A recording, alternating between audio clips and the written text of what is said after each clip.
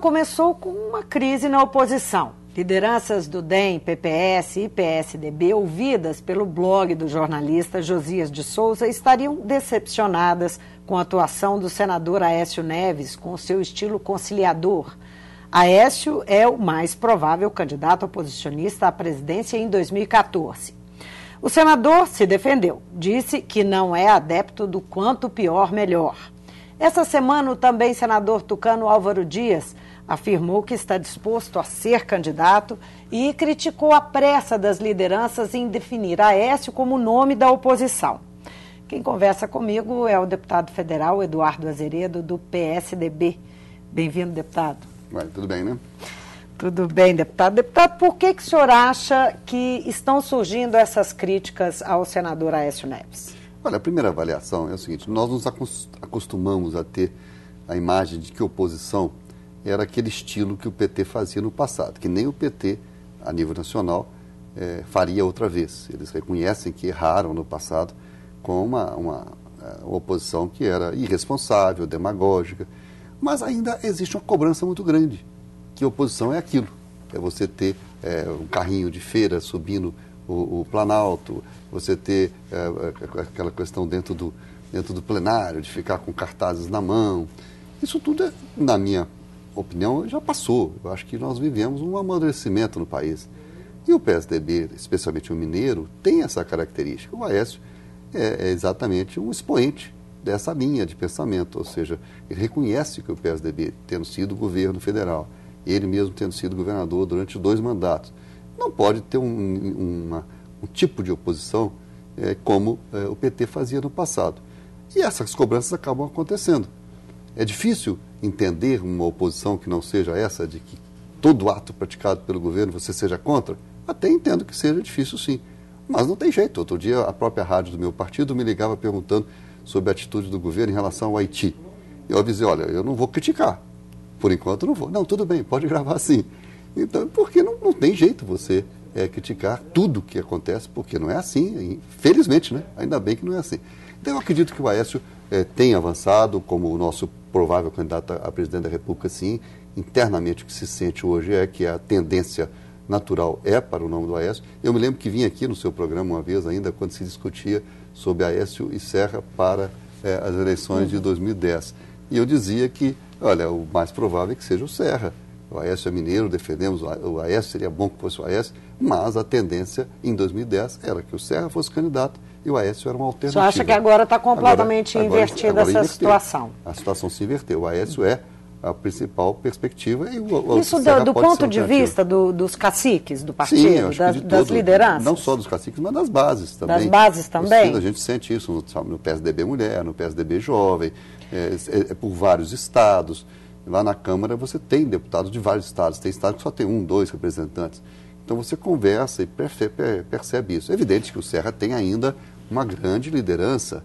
Ele teve 44 milhões de votos, mas agora, a tendência maior é que seja o Aécio. Agora, falando em bases, o senador Álvaro Dias deu uma entrevista e ele criticou a forma como o PSDB vem sucessivamente escolhendo seus candidatos, a forma como o partido se articula para apontar os nomes que vão disputar a presidência da República. O que o senhor acha disso? Inclusive da posição dele de dizer que, olha, se precisar eu sou candidato, eu estou disposto. Eu fui colega do Álvaro durante 8 anos lá no Senado. Ele é um parlamentar muito ativo. As pessoas têm as suas características pessoais. Alguns têm uma característica mais de plenário, de discursos. Outros têm uma característica de bastidor, outros têm uma característica de diálogo. Isso é assim mesmo. O Álvaro é um grande nome que o PSDB tem. Temos também o próprio governador do Paraná, o Beto Richa, filho do Zé Richa. O Beto está saindo muito bem, foi um bom prefeito, como prefeito é governador do Paraná. Nós temos aí também o próprio Marconi Perillo, que já foi reeleito governador, o próprio governador de São Paulo, o Geraldo Alckmin, mas, nesses nomes todos, o Aécio é que sobressai, sem dúvida alguma, como aquele que tem mais perspectivas. E essa crítica que ele faz, a forma do partido decidir os seus candidatos? Pois é, aí é uma questão difícil, porque, então tá bom, então vamos fazer as prévias. É uma alternativa, mas o PT, que usava muitas prévias, está abrindo mão das prévias. Agora mesmo na cidade de São Paulo, o que o PT fez? Por influência do presidente Lula, o PT desistiu de fazer prévias. Mas você acha que prévias é ruim? Não é ruim. A prévia é um instrumento democrático. Agora, a prévia pode deixar sequelas. Nós temos vários exemplos de prévias que deixam sequelas. Então, se você tiver a condição de fazer um entendimento em que o partido chegue ao candidato de maneira harmônica, sem precisar de disputa, é melhor. Porque a disputa sempre deixa uma marca, não tem dúvida que deixa. Mas é um método mais democrático. Então, agora o PSDB está prevendo prévias na Prefeitura de São Paulo. Quer dizer, inverteu. O PT, que sempre fazia prévia, não vai fazer mais, e Lula mandou que o candidato fosse o Fernando Haddad. Já o PSDB, que não fazia prévia, agora vai fazer prévia para decidir o candidato a prefeito da cidade de São Paulo. O senhor acha que essa coluna do Josias foi fogo amigo? Olha, pode até ser também. Isso, a política, ela tem a questão do fogo amigo. Isso acontece sim. Tem algumas pessoas que são mais afoitas, ou outras gostam realmente de usar a política dessa forma, via jornalistas. Mas eu não vejo como problema. O grupo do Serra pode ter... O próprio Serra não, eu acredito que sugestões, né? Nos comentários, possa ser que tem alguém procurar, no grupo dele, tem vários. Mas o próprio Serra não. O Serra eu conheço bem, defendo o nome dele, acho que não foi à toa que ele venceu aqui em Belo Horizonte, a terra da presidente Dilma, que foi muito explorado na época que ela tinha nascido aqui. Mas nós estamos vendo aí, na hora que tem chuva, ela vai no Rio Grande do Sul, não vem aqui. Na hora de nomear a ministra do Supremo, ela nomeia uma gaúcha e para o lugar da gaúcha ela põe outra gaúcha. Lá no STJ. Então, eu defendo, acho que o Serra é um homem muito preparado. Entende? A quem, então, o senhor acha que interessa o fogo amigo? A ninguém. Ao PSDB não interessa ao PT, aos adversários do PSDB. Mas um fogo amigo tem que ter sido dentro da oposição. Sim, mas às vezes pode ser que saia um fogo amigo assim, incentivado pelos inimigos. Ou pelos adversários, prefiro dizer. Né? O senhor acha que o PSDB tende a chegar dividido? Para a disputa presidencial? Não. O senhor acha que não? Em absoluto, eu acho que esses não são indicativos de que isso pode acontecer? Ele chegará unido às eleições, como chegou nas outras anteriores. Mas o senhor acha que então o caminho é evitar prévias para que isso não ocorra? Não é que eu não estou defendendo, eu não sou contra prévias. Eu acho que a prévia é um instrumento democrático, pode existir, é bom. Agora, eu estou dizendo que a prévia tem o seu custo. Ela deixa sequelas na maioria das vezes. Então, se nós pudermos chegar à definição de uma candidatura sem precisar de uma disputa, seja prévia, seja convenção, bom. Se não, façamos as prévias assim, não tem dificuldade. Eu acho que existem várias formas de você buscar a opinião dos membros do partido. Nós estamos assistindo agora nos Estados Unidos. Lá são prévias. A disputa está caminhando, então os republicanos vão ter um candidato. E aparentemente já está até se definindo. A hora que termina a prévia lá, um chama o outro para o governo e dá tudo certo. Nós não conseguimos chegar nesse ponto ainda não. A própria Hillary Clinton acabou sendo o nome principal do governo de Obama. Né? Agora, em 2011, houve dentro do governo Dilma vários percalços, caíram muitos ministros, enfim, tiveram momentos difíceis para o primeiro ano do governo Dilma. Mesmo assim, analistas entendem que a oposição não conseguiu achar um discurso e não conseguiu se fazer ouvir como voz em relação à presidente e ao governo dela. O que o senhor acha dessa observação e o que o senhor acha que acontece? Porque a popularidade da presidente permanece alta e tanto do governo dela também.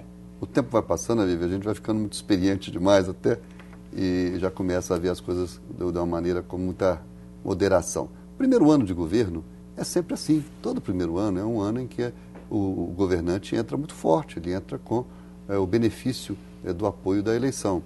Então, a presidente Dilma teve o primeiro ano assim. Quer dizer, ela tinha a força do padrinho, do padrinho, a força da eleição.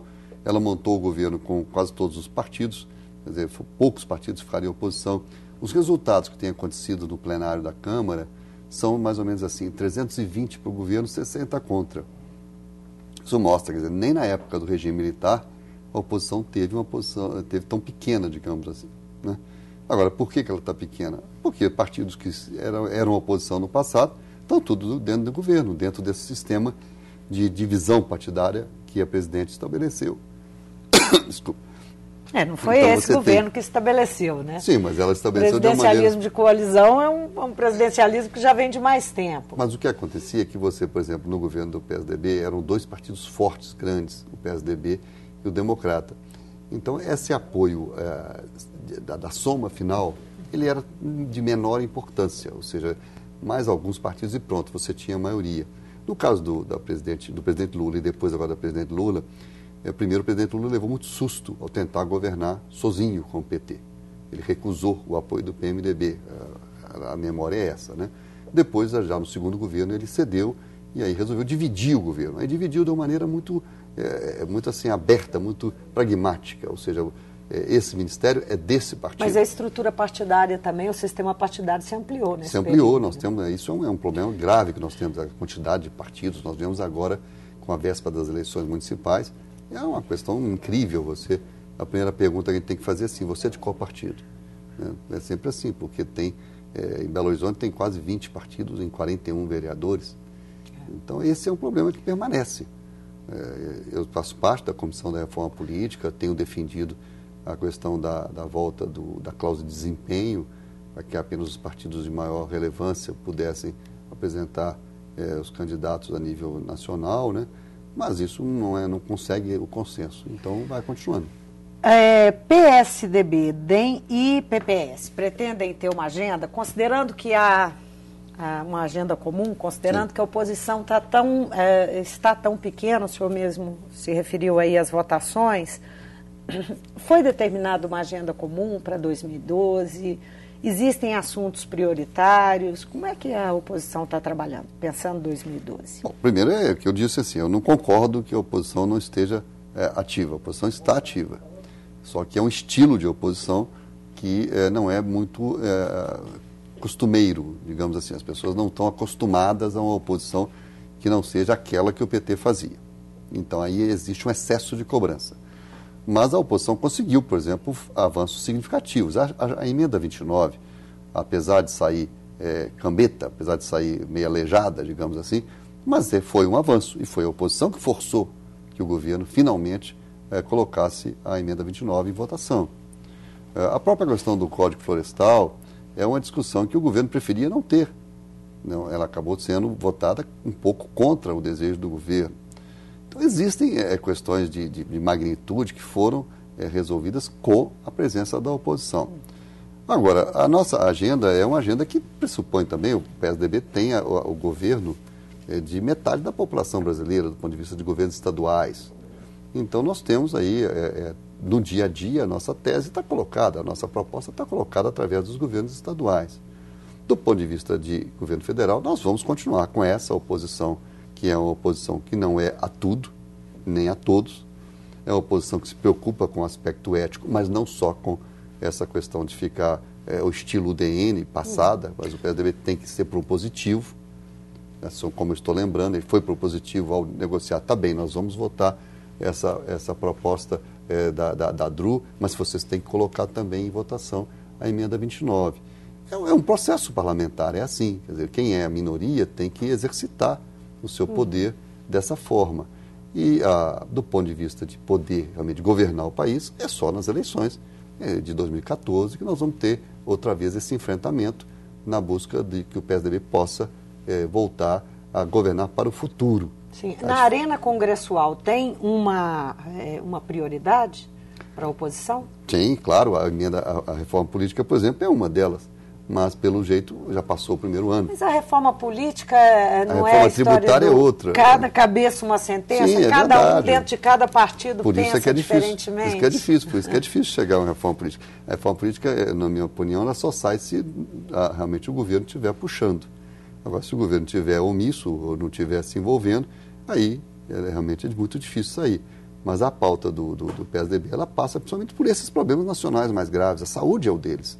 O principal que nós temos hoje é a saúde. Não podemos esquecer a questão da segurança. Eu vi esses dias uma pesquisa, não sei exatamente até onde a credibilidade é grande, de uma ONG, uma organização não governamental mexicana, pondo Belo Horizonte com mais homicídios do que a cidade de Joanesburgo, na África do Sul, que é há anos e anos tido como uma cidade muito perigosa. Então, a segurança é um problema que permanece muito grande no país todo. Essa questão da infraestrutura, realmente é impressionante como o Brasil está atrasado na infraestrutura. Eu estou falando de estrada, de portos, estou falando de aeroportos, estou falando disso tudo. Quer dizer, o Brasil está muito atrasado e o governo é muito resistente às novas soluções, essa questão mesmo da parceria público-privada, que na verdade é um tipo de privatização. O governo resistiu a isso, por questões ideológicas, quase 10 anos, e aí agora libera 3 aeroportos, porque não libera todos de uma vez. Deputado, só queria retomar um pouquinho uma questão aqui, falando sobre, enfim, a oposição retomar espaços. Sim. Não é? Em 2011, o PSDB falou em resgatar o legado de Fernando Henrique Cardoso. O senhor acha que isso ajudaria a convencer, esse resgate ajudaria a convencer uma parcela grande da população, que é a chamada classe C, que ascendeu nesse período aí, nesses últimos anos, convencer essa parcela da população a votar no PSDB? Não é fácil, mas esse é o caminho, porque o PSDB teve essa característica básica. O PSDB governou para o futuro, o PT governa para o presente. Essa é a diferença básica entre o tipo de governo PT e o tipo de governo PSDB. O PT governa para o dia a dia, o PSDB governa pensando no futuro. O PT está no dia a dia recebendo os benefícios do governo do PSDB. Quer dizer, a estabilidade econômica ela foi continuada pelo presidente Lula. E os benefícios caíram na mão do presidente Lula. E ele soube sair-se bem. Quer dizer, essa ascensão da classe C, ela veio por quê? Porque as pessoas pararam de ter que o seu dinheiro não ter valor nenhum logo depois dos primeiros dias, com o fim da inflação galopante. Por quê? Porque o salário mínimo passou a ter um ganho real. O salário mínimo começou a ter ganho real agora no governo do PT. Tem muita gente que diz isso, mas não é verdade. Começou lá atrás, no governo ainda do PSDB, que foi a política de valorização real do salário mínimo. Você acha que essas eleições municipais agora serão uma oportunidade para o PSDB, enfim, trabalhar esse discurso, pensando em 2014? Eu acho que é um momento em que você tem... Mas o PSDB está atento a isso? Sim, o PSDB está atento, ele tem levantado dados que mostram essa realidade. O PT governa por dia a dia, o PSDB governa pensando no futuro do país. Sim, eu estou dizendo, está atento a essa estratégia? Sim, aí essa estratégia você tem que se adequar, porque na eleição municipal, o que acontece? Você tem a questão local, ela é muito forte. Então, numa eleição municipal, você está discutindo o que é. É a pracinha que está ali, é a rua que está esburacada. Você acha que não cabe na eleição municipal essa... Ela não é o ponto principal. Esse é evidente que não é o ponto principal. Eu, inclusive, cheguei a apresentar uma emenda que o PSDB até encampou, mas o relator da reforma política não aceitou, que eu divido as eleições em eleições nacionais e eleições locais. Ou seja, eu deixo as eleições de presidente, senador e deputados federais no momento onde se discute a questão nacional. E desloco as eleições de deputados estaduais e governadores para ficarem juntos com as eleições municipais, com prefeito e vereador. Você acha que funcionaria? O tema seria muito mais diferente. Você está discutindo as questões de Minas, as questões que dizem respeito às prefeituras, ao Estado de Minas, num determinado momento. E essas questões que nós estamos falando aqui, de inflação, política de industrialização, política de emprego, política de fronteiras, isso são questões nacionais. Estruturais para o país. Esse é um tema. É claro que essa é realmente uma diferença. Eu estou insistindo nisso porque essa é a diferença básica. Agora, nós não conseguimos ainda mostrar a toda a população isso. As pessoas que têm um maior nível... Você acha que o PT não está fazendo nada para o futuro? Ele faz pouco. O PT colhe mais o dia a dia. As políticas deles são mais do dia a dia. Eles souberam realmente dar continuidade à política econômica. Eles dizem que não, mas fizeram continuidade, a política de combate à inflação, de metas de inflação, né, essas coisas todas de câmbio flutuante. Mas quando você olha, por exemplo, a questão da infraestrutura, o PT não está olhando o futuro. E nós fizemos. Quer dizer, qual foi a última grande obra em Minas Gerais aqui de duplicação de estrada? Foi a Fernão Dias, quando eu era governador ainda, isso já tem 12 anos. Era um governo do PSDB, a nível nacional. Depois nós tivemos pedaços de estradas que foram duplicados. O metrô é outro exemplo. Nós tivemos aí com clareza. O metrô não teve 1 centímetro a mais desde que o PT chegou ao governo federal.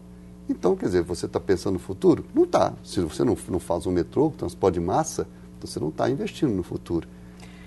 Deputado, é um prazer ter o senhor aqui no Mundo Político. Muito obrigado, eu te agradeço aí. Então, esse ano 2012 é um novo ano, essa minha nova experiência de parlamentar. Eu já me adequei bem a ela com esse primeiro ano de deputado. E acho que é uma outra trincheira, diferente do Executivo, mas ela é válida da mesma forma. Mas as eleições municipais vêm aí, o senhor deve se envolver, Sim, claro não? que sim, vamos participar, inclusive na própria eleição de Belo Horizonte, que é a minha terra natal, eu estaria participando ativamente da eleição. Aqui, no caso, a tendência é que realmente o PSDB acompanhe o prefeito Márcio Lacerda. Muitíssimo obrigado novamente pela presença. Eu conversei com o deputado federal Eduardo Azeredo, do PSDB. Nosso assunto aqui, nós conversamos várias coisas. O PSDB em 2012,